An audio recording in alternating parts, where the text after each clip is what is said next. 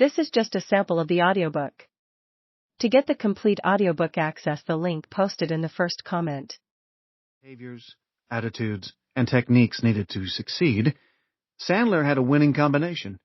It all boils down to a flexible, conversational sales model that doesn't require you to memorize a tight script, which is useless anyway. These days, I call the Sandler selling system a sales GPS. It gets you where you need to go. David believed that salespeople are made, not born. He believed that we don't have to have an extrovert personality to succeed in professional sales, and he proved that with his own example. He believed we can continually shape how we proceed and how we interact with customers throughout our careers, that we don't have to get stuck in a comfort zone. Last but not least, he believed that sales is a science, not an art form, that there are clear causes and effects. I have the distinct privilege and honor of knowing David Sandler from 1986 until his passing in 1995. He was a great mentor and a great coach because his process was always you-focused. Let me explain what I mean by that. Traditional sales processes have always been focused on the products, the services, the features, and the benefits. A salesperson could spend countless hours searching for unique selling points and areas of differentiation from the competition, advantages that might be so subtle that only a sophisticated product specialist would notice them. From the prospects' and customers' points of view, most of the vendors were very close to each other, or even identical. David challenged us to focus not on the product or service being sold, but on the other person in the conversation, on the prospect, on the you. He wanted us to figure out what people's issues were.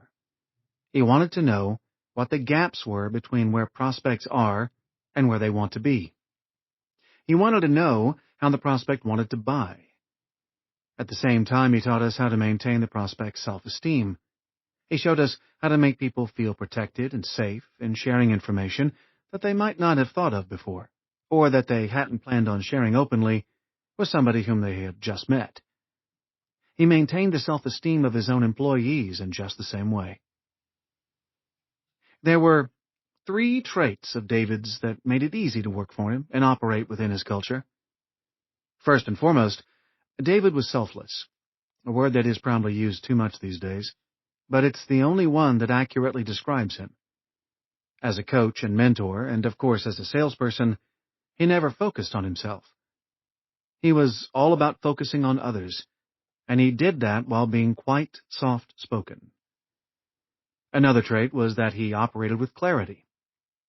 Clarity was a big part of his management style in communications and setting expectations. You knew what was important to him.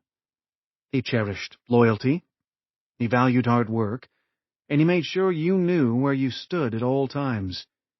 You didn't have to worry about having a day or a week go by with uneasiness between you and the boss. David was very clear in sharing where we all were in terms of his vision for the future. He would provide the roadmap, or he would ask you to provide the roadmap. He would approve it, and then he'd ask you to come back and get constant feedback so you could adjust it along the way. He gave you clear guidelines from which you could operate. If you didn't get it right the first time, he was there to help you readjust. He would tell you what you did well, make you feel great about it, then start talking about the things that we still need to do. You always felt good about what you had accomplished, and you understood the gaps you had to close in order to get to the next spot. David's clarity provided boundaries for most of his interactions with managers. It helped me move to where I knew I had to go, so I could excel in a rapid fashion. In addition to providing clarity, David made sure you always felt safe. That was his third remarkable trait. I can't overstate the value of an employee feeling safe within an organization. Safety allows people to thrive on the things they do well, and it lets them focus on doing the things that need to get done. When you're afraid, you don't do the things that are necessary to excel to greatness. You hold back. You're hesitant.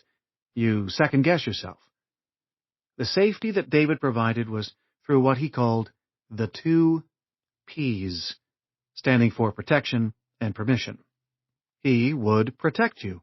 He would make sure that you knew you were safe, as long as you were operating within the boundaries that you had agreed to.